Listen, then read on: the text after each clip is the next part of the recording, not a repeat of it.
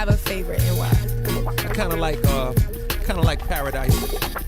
Got a record called Paradise. It is straight up at 8 o'clock. Welcome to a Monday edition of the Mornings with Ed show. Absolutely gorgeous along the Southern California coastline. I hope wherever you happen to be listening from, it's equally gorgeous for you as well. Artist Corner, every Monday at 8 o'clock, brought to you by the folks at the Honacar Foundation for Arts and Culture, raising the bar of the art that we experience.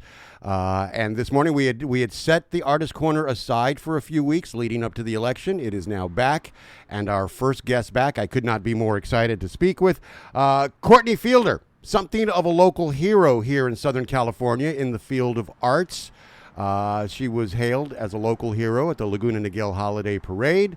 As I hear it described, she's a tireless volunteer and a gem for children's education. And here now to talk to us on the Artist Corner is Courtney Fielder. Good morning. How are you? Good morning. Thank you very much. That was a beautiful introduction. Well, thank you very much. You know what? The introduction is what the person is. You know, it can only be as good as you are, I guess. Thank you. So, let's first and foremost get the important stuff out of the way. Okay. You are from Flint, Michigan, and the Lions are killing it this year. Oh my gosh. Every Lions fan out there is so excited. The game last night was phenomenal, and they clawed their way back. Yeah. Yeah, and you have, again, as we've been talking, you've been a long-suffering Lions fan. Yes. I can identify with that. I'm a Jets fan, and I'll be suffering much longer than you, I'm sure. But yeah, so congratulations on a great team on this year. I'm seeing them as the NFC Super Bowl contender. That's the hope. Yeah. That's the hope for sure. Yeah. Now write this down or bet on it if you want. But I'm thinking it's the Lions and the Chiefs this year in the Super Bowl. That's when I look into my little crystal ball, that's what I'm seeing. But I don't want to jinx it. Okay, so. we won't jinx anything. Okay. We won't mention a thing. I already jinxed I jinxed the Jets 50 years ago when I said, oh yeah, they'll repeat right after Joe Namath. They'll repeat. Yeah, right. So let's talk about art right now. What got you involved as an artist? Where did your love for art begin? Gosh, I've always loved art. From the time I was a child, I've always enjoyed doing art. I was blessed that my family put me in art classes when I was young so that I could explore art. We had art in school, and it always, I feel like, helped me in school to have that creative outlet in school. Right. And, I decided I was interested in a lot of things, but I decided to get a degree in art, much to my parents' dismay, probably. They thought I was going to be an engineer. Okay. But, I decided to go into art. And was there pushback from the family? Was there a lot of pushback? Or once you made your decision, they were supportive? God bless them, they were supportive. Later, they kind of let me know that they were disappointed that I didn't do the engineering. And I think it took because I ended up doing, commercial art, now called graphic design, advertising type. That's Right. what I got my degree in. Right. I think it took a long time for them to even know what I did for a living. Right. Like, it was hard for them to understand what I did for a living. Right. Does graphic design lend itself to confining you in a space of not being as creative as you can? Or can you be as creative as all get up? Well, so it's interesting because, again, it's kind of that multifaceted thing. So I was interested in art, but I'm also interested in design. I was thinking about architecture. I was thinking about engineering. So, graphic design is a way to be creative and be technical. Okay. Where, painting and illustrating is more of an artistic, more what I think people would traditionally think art is. Right. But there are many fields of work that lend itself to creativity, where you have to be creative, come up with creative solutions. What do you when you have a blank canvas or a blank sheet or a blank screen on a computer? What's in your head? What are you thinking? What, are you thinking shapes? Are you thinking colors? Do you combine that? It's shape, it's form, it's function. Right. and then it's parameters. Okay. The parameters of cost, the parameters of what the client wants. Right. So you want to everybody wants to design something that's going to wind up in print magazine, but you also have to take into consideration those types of things. Right. So that's the practical application of it. Right. You mentioned growing up and having art in school and the ability to kind of lose yourself in that art is what do you feel that these days children don't have that same opportunity? Well, I think that they do.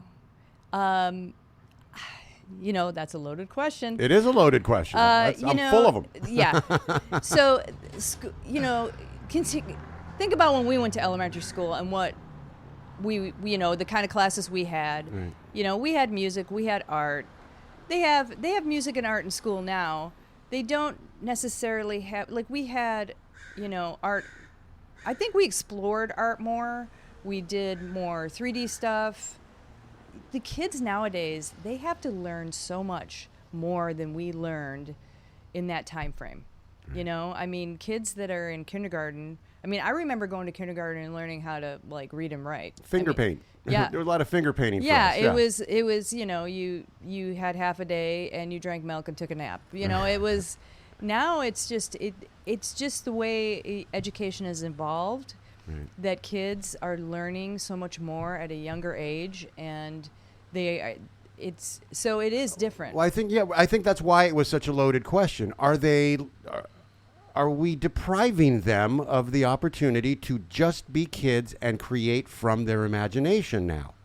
I think that's where the question was. Yeah. I think teachers try really hard to integrate that into lessons. Right.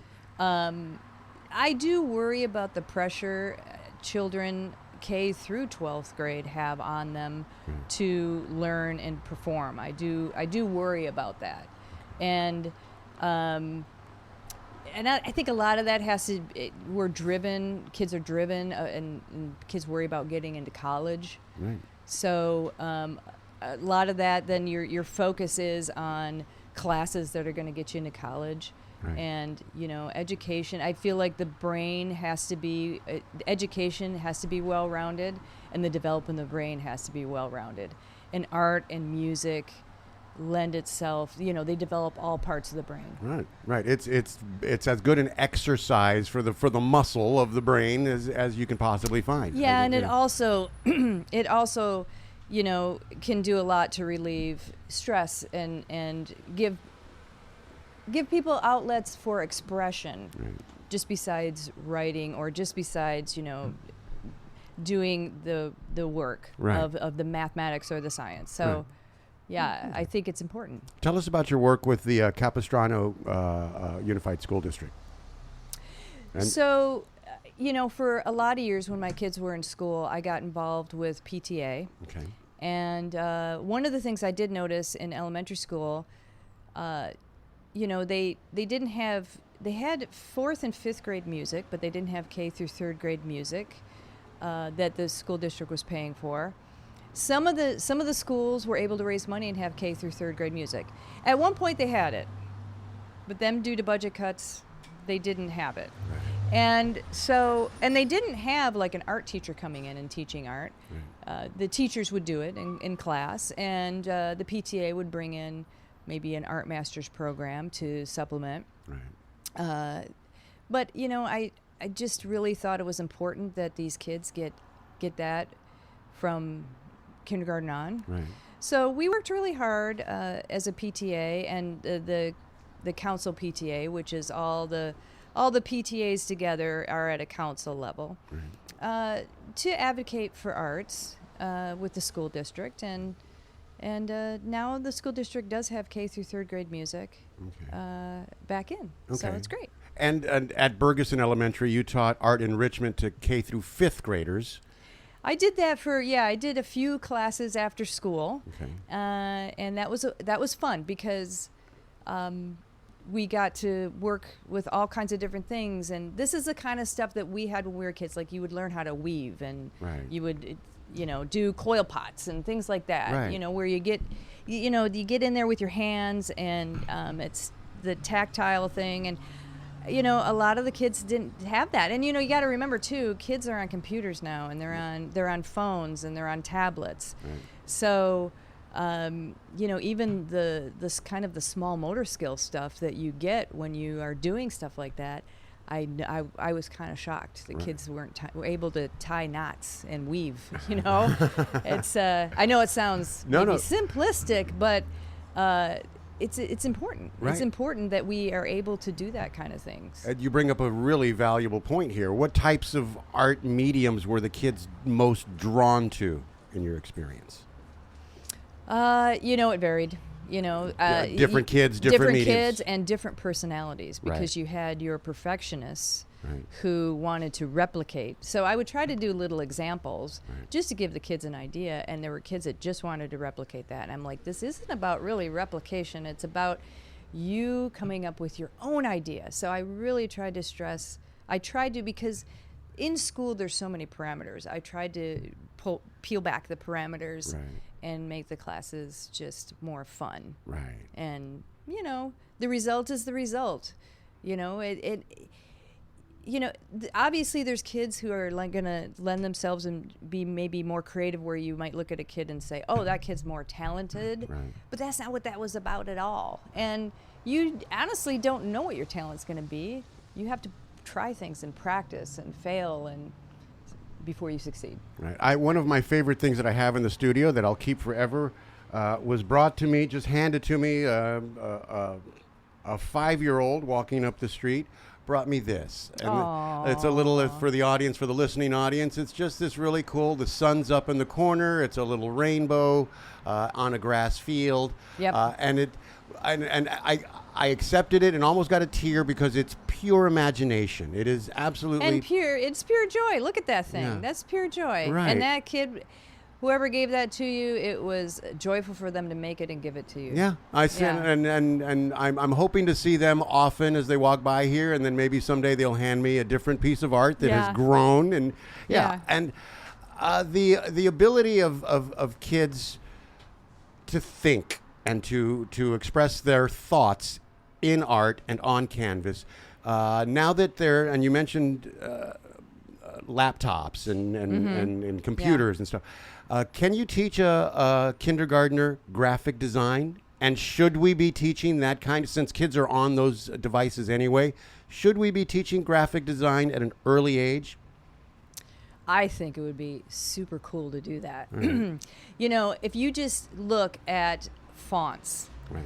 And those are, when everybody knows what a font is. It's when you're typing on the computer and you pick a different font and it looks different. Some of them are serif, some of them have little legs on the end, some of them don't. They're serif and sans serif.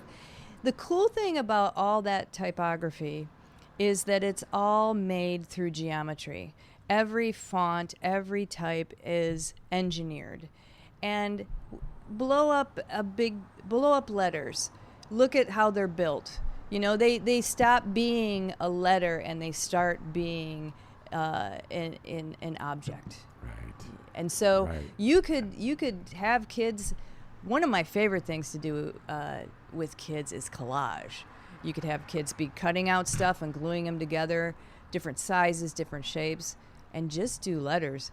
I mean, you could come up with, you would be amazed the creative stuff kids would come up with there. Right. As I think about it and as you're talking, A's and V's and W's are triangles, and there's rectangles within letters. There's formulas that create all those fonts. So every letter has a specificness so that the whole alphabet matches. Right. So, yeah. So the art that you're creating now that's aside from graphic design, that's aside from working for clients and having to come up with a specific design for the client. Right. Where do you escape? What is your kind of escape art? It's interesting because people will ask me, I guess people think artists do one kind of art, like you're abstract or you do realism.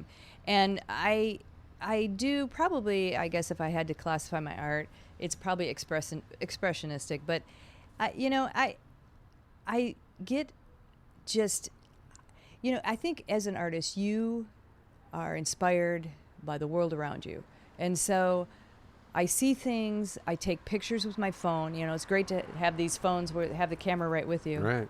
Nothing better now. And I pile them in my art photo folder. And I remember the things, and then I'll bring them back up, and maybe I'll turn it into an abstract. Maybe I will turn it into, maybe I'll do a landscape. Maybe I zoom, I have this thing where I'll zoom way up on something, and then it just becomes, it's just this abstract piece of art, but it's the center of a rose, Right. But you're zoomed way up on it, as if you're the bee that went down in it, like you're right in it. Right. So I just, when I walk around and I see things, I'll see light coming through a tree and it'll hit me. My husband and I will be walking, and all of a sudden he's walking, and then he stops, and I'm way back here taking pictures of stuff. So I get inspired by the world around me. Sometimes it's the light shining in with the cupboard door open, and there's a coffee mug in there. Right. So I think as an artist, things hit you, right, and it stops you dead in your tracks all the time. Right. And so do you take the time?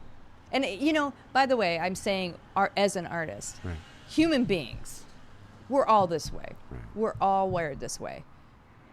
Do you let it stop you in your tracks? Do you let the world you see around you stop you in your tracks and make you say, I want to create that? That is something. I saw that today, that light, the way that's hitting, that couple, the way they're standing.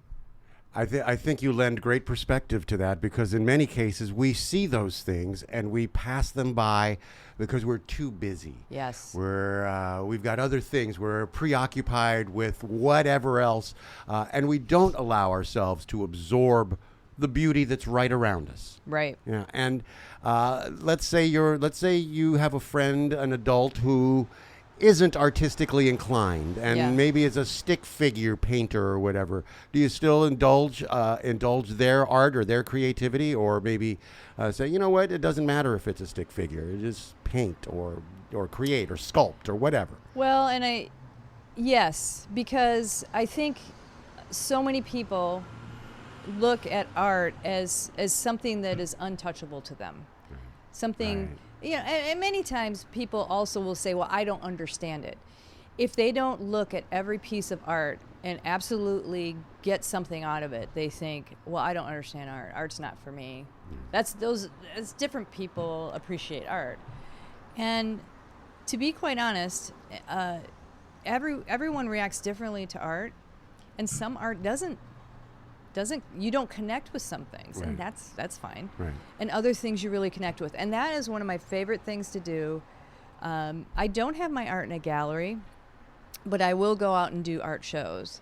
And one of my favorite things, one of the things I love to do is, when I've created art, is to share it, and is to connect. I'm able to connect with people. I see the world this way. I painted this. And then they come up and somehow they connect with it. The interesting thing is they'll connect with it in a totally different way. They'll see something totally different in your art, and I find that fascinating. Right. What about minimalistic art? Like if you see, and for instance, I have a friend of mine who absolutely loves minimalistic art. Okay. It took me a while to get it. It took me a while. It's a canvas with a dot. Mm-hmm. And it took me a while to understand why others might like it, but I now kind of get it. Yeah. However, there's not the creative process in it that to me, there's not the creative process in it that I find in, for instance, the art behind you there with right, the Janis Joplin, the Mick Jagger, and the Jimi Hendrix. Right. That's still an outlet. That's still a creative form, and I wonder if you create stuff like that, and even in your graphic design business. Well, absolutely. Do people ask for simple things like that? Oh, sure. Okay. Yeah. Absolutely. And what the simple things that you do that maybe don't lend itself to maybe so much creative thought, we call bread and butter work. Okay. I call it the bread and butter work. It pays the bills. It right? pays the bills. So that's the term I use for that stuff. But as back to the minimalist art, I will say that if you go into an art gallery and look at some of these minimalist pieces where maybe it's, three colors painted across a canvas, maybe washed together, maybe these colors, maybe it's varying colors of red. And you'll see people sitting there just staring at this painting.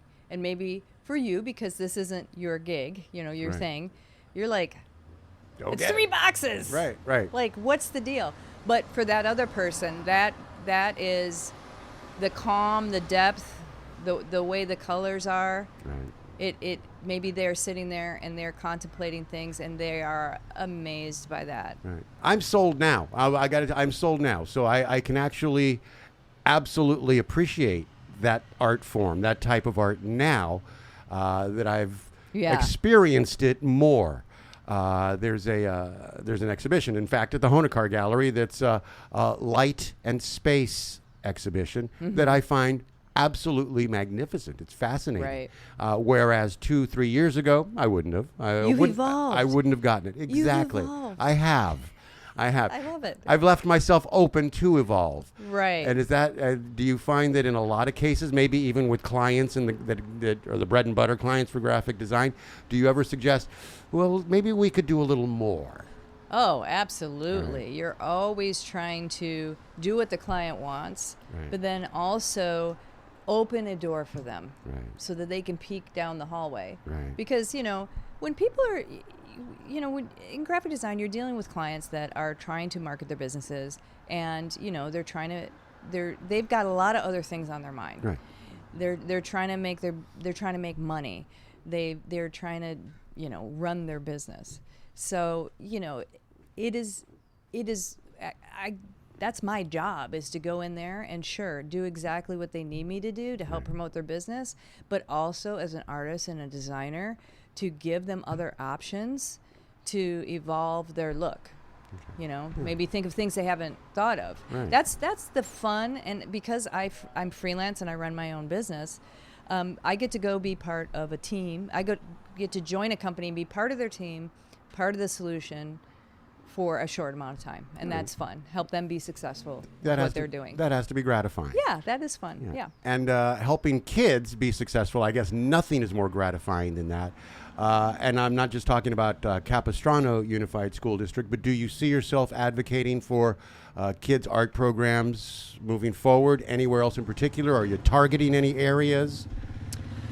Well, I think what would be great, and I think the school district is. I haven't been as involved as I've been in the past, but having visual arts at the elementary level would be great. And a visual arts teacher, just like the music. The way the music works is music teachers come and they come around to the different schools, and I don't know, once a week they have music. Right. So it would be great to have a visual art, somebody that's credentialed in visual arts doing that with the students too. That would be wonderful. Right.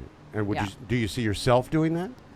Do I see myself doing that? Or at least advocate or setting it up, involving yourself in some way to set that up for absolutely. Maybe Laguna Beach Unified or sure. Something. Okay. Sure. Yeah, absolutely. That would, I would be up for that. All right. Yes. Okay. And what are you working on now? I just finished a little series of, I got into the holiday spirit and just finished a little series of gnome, Santa gnome, and angel gnome. Okay. I did a little elf gnome under some mistletoe. And they're little watercolor illustrations, and I've turned them into cards. So selling some stuff for the holidays. So kind of going back, getting into the illustration side of things, which is very fun and gratifying for me. I like doing illustration work too. Okay. And if our listeners wanted to find these pieces, these gnomes, if our listeners wanted to just find out what you do or maybe contact you if they've got a business, how do they do that? Oh, okay. So I am at www.cocoartworks.com is my website. Okay. And then I have my artwork for sale at coco-artworks.square cocoartworks.site. Okay. And that's a Square site that you can go. And I just actually posted my my holiday cards there. So All right. Very, very cool. Hard to get into the holidays way before, because I'm thinking to myself, well, if you started this before October, you were like way thinking ahead. actually, it's just been the last couple weeks. Okay. So, yeah. Phew. I'm thinking, how early does she think about the holidays? Once again, give us those sites, please. Okay, so www.cocoartworks.com is Okay. my website, and coco-artworks.square.site for purchasing my artwork. All right. And is there a piece of art that you've created that you absolutely would not put on sale that you keep for yourself? So I have not sold too many of my originals. Okay. I seem to have like an attachment to them. Okay. I have a piece that is very special to me. It is called Coral Trees. And if you've ever been to, well, the listeners who haven't been to California, if you ever come to Southern California, you have to go to Salt Creek Beach. You really do. It's a beautiful, magnificent beach. It is a magnificent beach, and when you walk up the hill, there are these beautiful coral trees lining this driveway that goes up, this road that goes up the hill, and that is, I love that painting. That is one of my favorites. All right. And is what's on your walls at home? That painting. Okay, there we go. My undertow painting, which is it is a painting that is, it's abstract, but it's about the waves coming in the ocean, Okay. and what goes on the surface and what goes on below the surface are different. Okay. That's that painting, and probably my pink rose painting too. All I right. like that one. All right. So, yeah. Come back and let's talk again. Yes, this was so fun, and thank you so much. Oh my God! Thank you for You're coming. wonderful. I appreciate you. I appreciate what you do, and I certainly appreciate your involvement with kids and expanding their abilities with art. Thank you so very much, Courtney Fielder. If you missed any of those websites or addresses or whatever, contact me here. We'll get you in touch with that. Thank you so much, Courtney. Thank you. Have a great rest of the day. You too. 8:26 the time. It's the Mornings with Ed show on the all-new Voice of Laguna. The Honacar Foundation for Arts and Culture proudly presents Luminaries of Light, Pioneers of the California Light and Space Movement, an exhibition curated by Genevieve Williams. The California Light and Space Movement, which emerged in the 1960s, represents a singular convergence of art, science, and perception. Visionary artists within this movement sought to push the boundaries of traditional forms and mediums.